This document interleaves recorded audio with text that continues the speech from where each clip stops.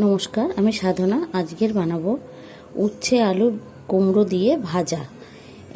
উচ্ছে তো অনেক রকমভাবে খেয়েছেন, এই রকমভাবে একবার উচ্ছে ভাজা খেয়ে দেখুন, মুখে স্বাদ বদলে যাবে।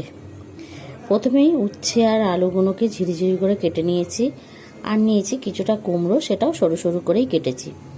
দিয়ে দেবো কড়াতে তেল দিয়ে আমি দিয়ে দিলাম একটা শুকনো লঙ্কা ফোড়ন দিয়ে দেবো উচ্ছে আর আলুটা।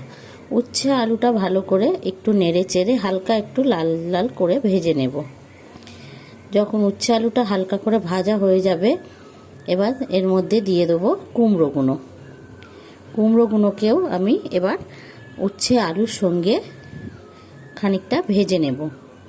খানিকক্ষণ উচ্ছে আলুটাও ভেজে নিয়েছি আমি। এবার এর মধ্যে দিয়ে দেবো একটু হলুদ গুঁড়ো।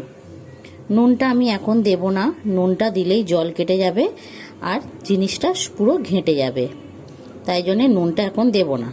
এবার দিয়ে দেবো কিছুটা কুচিয়ে রাখা পেঁয়াজ। আমি একটা বড় সাইজের পেঁয়াজ দিয়েছি কুচি করে। এটাকেও আমি এর সঙ্গে ভালো করে মিশিয়ে ভেজে নেব। এবার এটাকে পুরো লাল লাল করে আমি ভেজে নেব। পুরোটাই উচ্ছে আর এটা লাল লাল করে ভেজে নিয়েছি। এবার দিয়ে দেবো নুনটা স্বাদ মতন দিয়ে দিলাম। দিয়ে এবার এটাকে আরও খানিকক্ষণ ভেজে নেব। খানিকক্ষণ নেড়ে চেড়ে লাল লাল করে আমি ভেজে নিয়েছি। ভেজে নিলে আমাদের উচ্ছে আলু কুমড়ো ভাজা কমপ্লিট।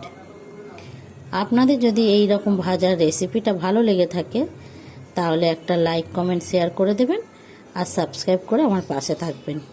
আর যদি ফেসবুকে দেখেন, আমার পেজটাকে ফলো করে রাখবেন।